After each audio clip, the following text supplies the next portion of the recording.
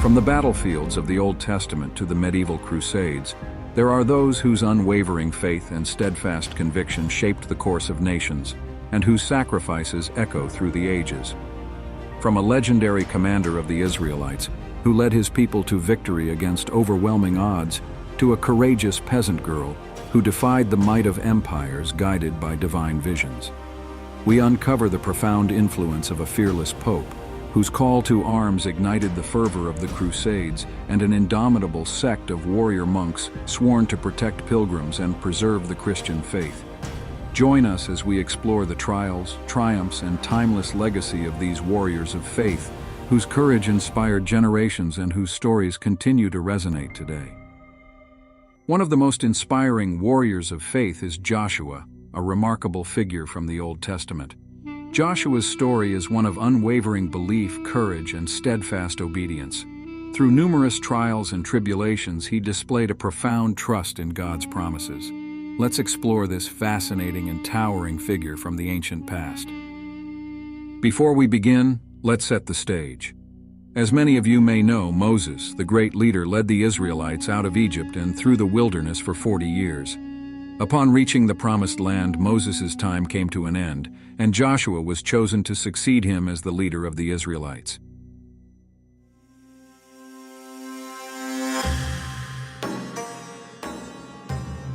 And it came to pass after the death of Moses, the servant of the Lord, that the Lord spoke unto Joshua, the son of Nun, Moses' minister, saying, Moses my servant is dead. Now therefore arise, go over this Jordan, thou and all this people, unto the land which I do give to them, even to the children of Israel. Joshua 1 verses 1 and 2. Imagine the weight of the responsibility placed on Joshua's shoulders. Leading a nation into unknown territory was an enormous task, but he had faith in God's promises and instructions. There shall not any man be able to stand before thee all the days of thy life. As I was with Moses, so I will be with thee. I will not fail thee nor forsake thee. Be strong and of good courage, for unto this people shalt thou divide for an inheritance the land which I swore unto their fathers to give them. Joshua 1 verses 5 and 6. Empowered by God's assurance, Joshua fearlessly crossed the Jordan River with the Israelites. The first major challenge awaited them, the conquest of Jericho, a heavily fortified city. And the Lord said unto Joshua, See, I have given into thine hand Jericho, and the king thereof, and the mighty men of valor. And ye shall compass the city, all ye men of war, and go round about the city once.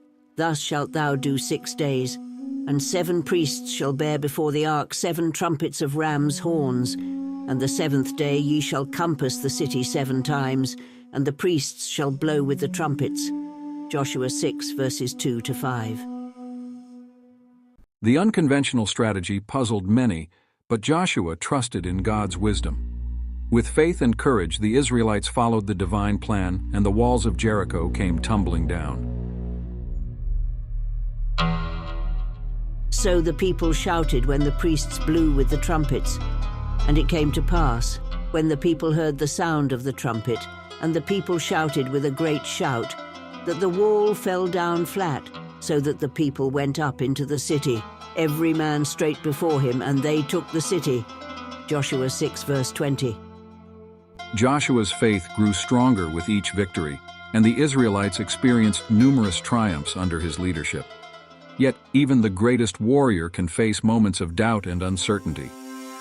And the Lord said unto Joshua, Get thee up. Wherefore liest thou thus upon thy face?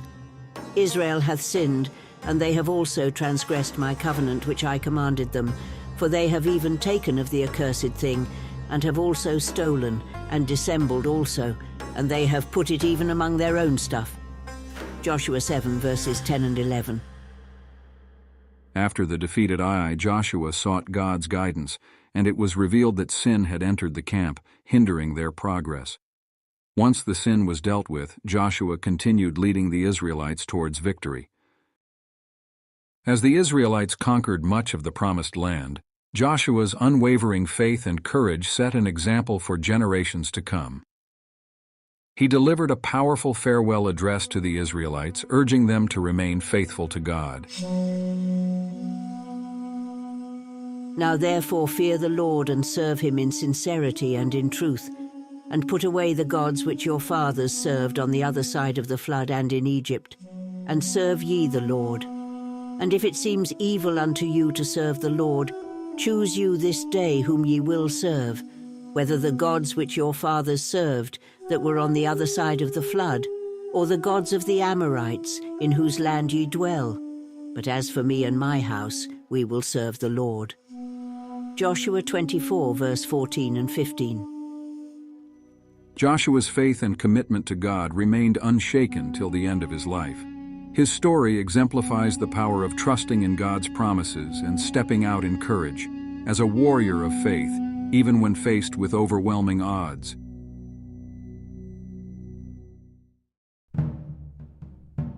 In the heart of the tumultuous 100 Years' War, a young woman emerged from the shadows of history, guided by an unwavering faith and an unshakable belief in her divine calling. Her remarkable life and deeds still resonate today, undiminished by the passage of time. French heroine, Joan of Arc. A peasant girl who transformed into a warrior and leader, driven by voices she believed came from the heavens themselves.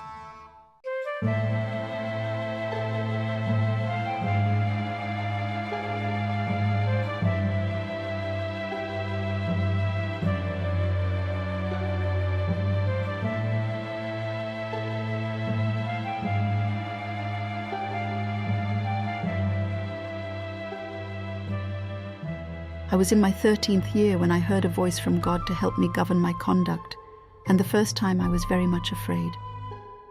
Born in the humble village of Domremy in 1412, Joan experienced the hardships of a war-torn land.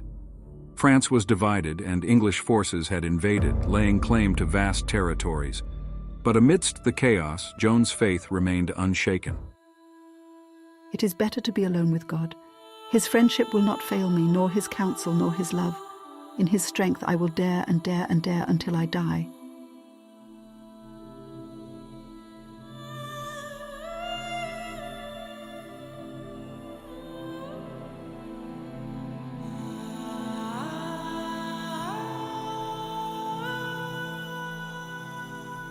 Joan's deep piety led her to hear voices, angelic whispers that she claimed were from Saint Michael, Saint Catherine, and Saint Margaret. These celestial messengers spoke of a divine mission, to free France from the grip of the English and see the Dauphin, Charles, crowned as king. King of England, and you, Duke of Bedford, who call yourself Regent of the Kingdom of France, settle your debt to the King of Heaven.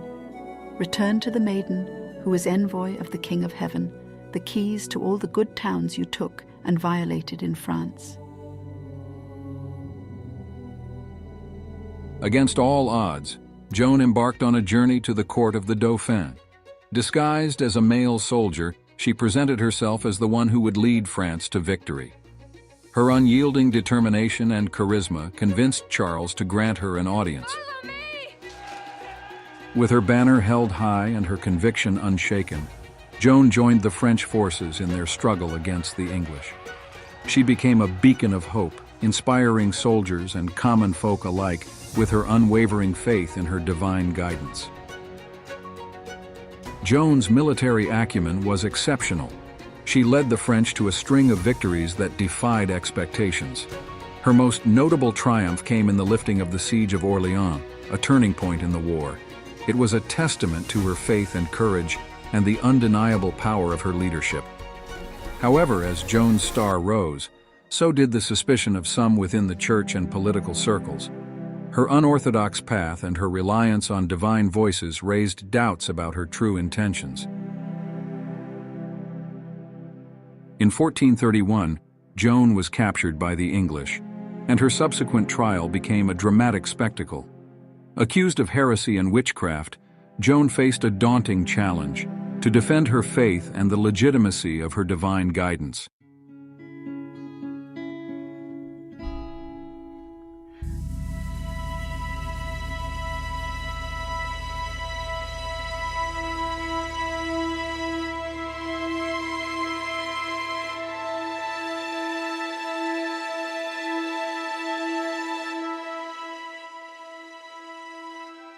You say that you are my judge. I do not know if you are. But take good heed not to judge me ill, because you would put yourself in great peril. Despite her fierce defense, Joan was condemned and sentenced to death.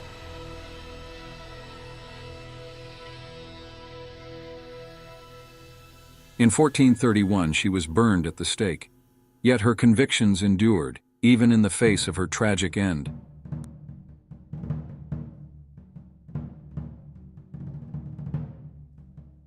I die for speaking the language of the angels. Hold the cross high, so I may see it through the flames. Joan of Arc's story of faith and courage transcends time. Her unwavering belief in her divine mission, her courage on the battlefield, and her enduring impact on the course of history serve as a testament to the unyielding power of faith.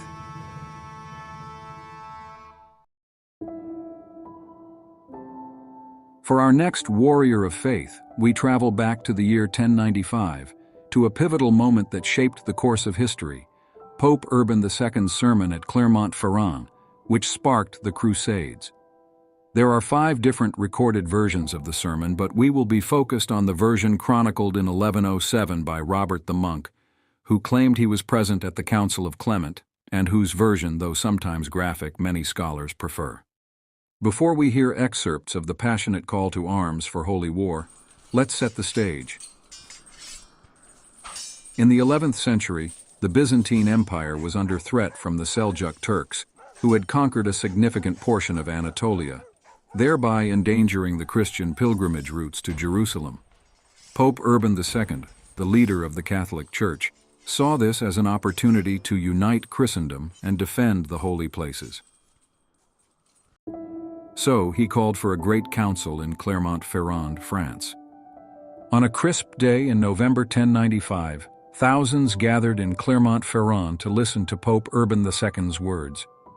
In his sermon, he passionately spoke about the significance of reclaiming Jerusalem and the urgent need to defend the Christian faith.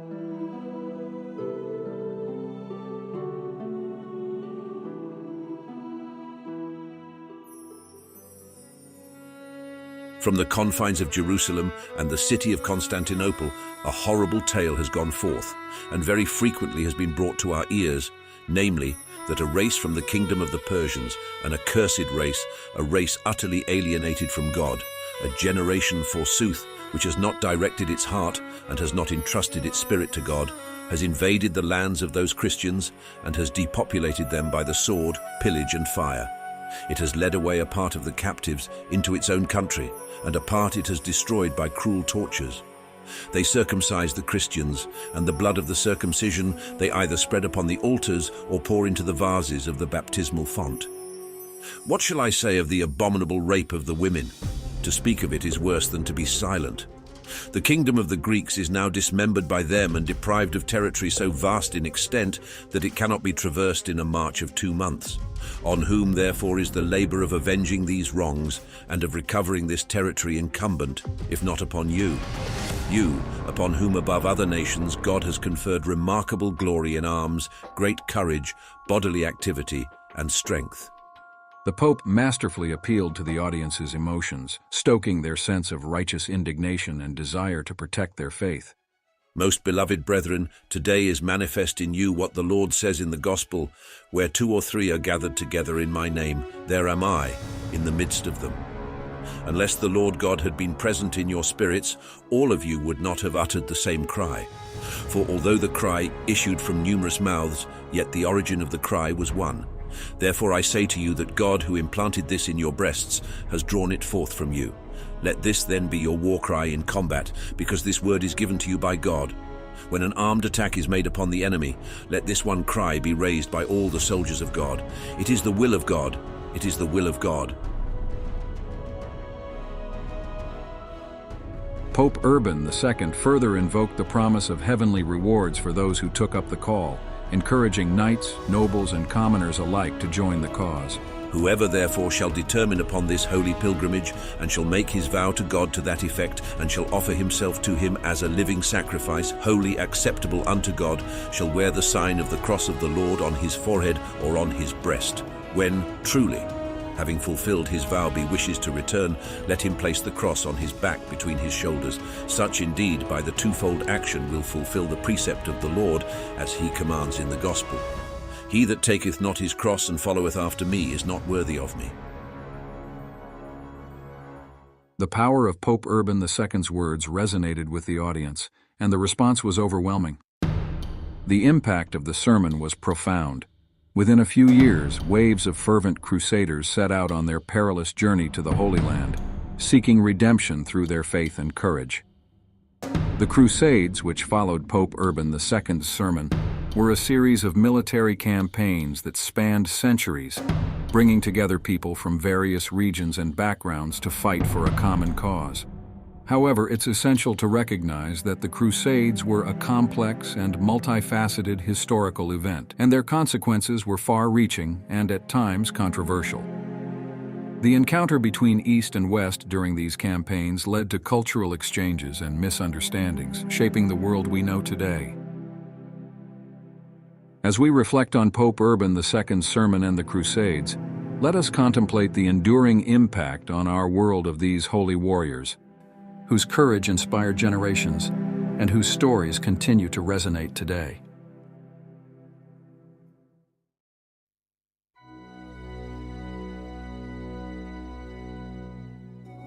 In the heart of Europe lies a captivating mystery that has fascinated historians, theologians, and scientists for centuries. It is a tale that weaves together the enigmatic and courageous order of the Knights Templar and the venerated relic known as the Shroud of Turin. We embark on a journey to unravel the connection between these two extraordinary entities and explore the secrets that lie hidden within their intertwined history.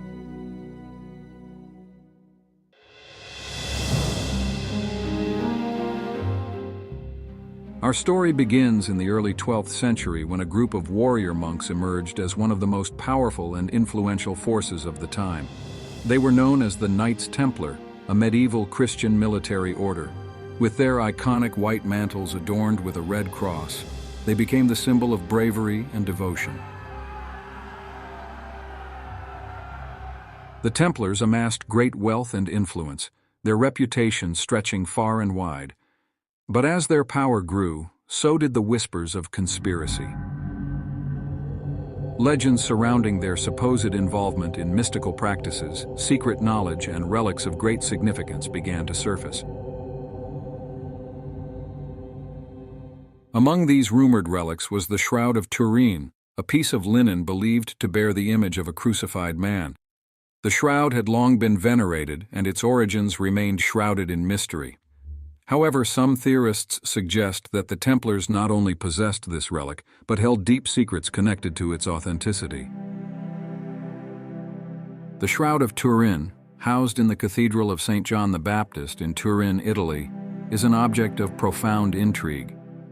It bears the image of a man said to be Jesus Christ, and the marks consistent with crucifixion. But where did it come from, and how did it end up in the possession of the Knights Templar? Many theories abound regarding the origins of the shroud, ranging from its connection to biblical events to its creation as a medieval forgery. But the story that entwines it with the Templars delves into the realm of mystery and legend. According to some accounts, the Knights Templar discovered the shroud during their time in the Holy Land, specifically during the sack of Constantinople in 1204. It is believed that they brought it back to Europe, where it became an object of veneration and secrecy within their ranks. The Templars, renowned for their esoteric practices, allegedly held the shroud in high regard, believing it to possess supernatural powers and deep spiritual significance. Some speculate that the image imprinted on the cloth was created through a mysterious process that the Templars guarded fiercely. As the Templars' power reached its zenith, so did the rumors and accusations surrounding them. In 1307, King Philip IV of France, in collusion with Pope Clement V, ordered the arrest and suppression of the Knights Templar. Their wealth was seized, their leaders were arrested, and the order was eventually disbanded. The Templars faced brutal interrogations, and under duress, many members confessed to a range of charges, including idol worship and heresy. But amidst these confessions, a tantalizing secret connection to the Shroud of Turin is said to have been revealed. It is claimed that some Templars admitted to venerating the shroud and conducting rituals around it. They spoke of its miraculous powers, its ability to heal and protect, and its connection to the divine. In an article published in 2009 by Vatican historian Barbara Frail, she stated she had found missing clues to the fate of the Templars and the shroud while sifting through unpublished documents in the Holy See's secret archives. They included an account of the initiation in 1287 of a young Frenchman, Arnaud Sabatier. He was shown a long piece of linen on which was impressed the figure of a man and told to worship it, kissing the feet 3 times. Following the persecution of the Templars, their influence diminished, but their legacy endured. Some surviving members went underground, forming secret societies and transmitting their knowledge and traditions in clandestine ways. Over the centuries, various organizations and individuals have claimed a connection to the Templars and their alleged knowledge of the Shroud of Turin. From the enigmatic Priory of Sion to the Freemasons, whispers of hidden Templar wisdom continue to echo through the corridors of history. Modern scientific advancements have brought the Shroud of Turin under intense scrutiny.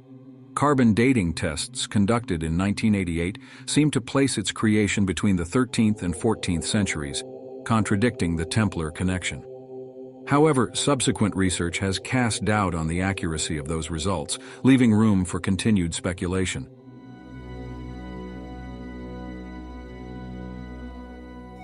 The connection between the Knights Templar and the Shroud of Turin remains an enigma, a tapestry woven with threads of faith, history, and intrigue.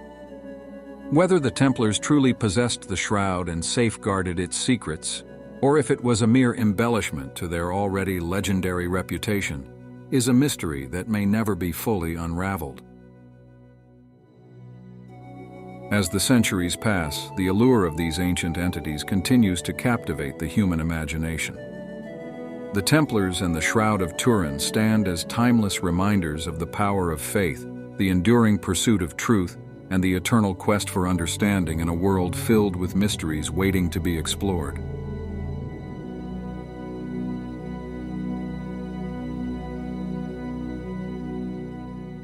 As we conclude our journey through hallowed history, we stand in awe of these warriors of faith who dared to defy the odds, discovered a depth of courage, and fought an earthly battle against the forces of darkness of their times.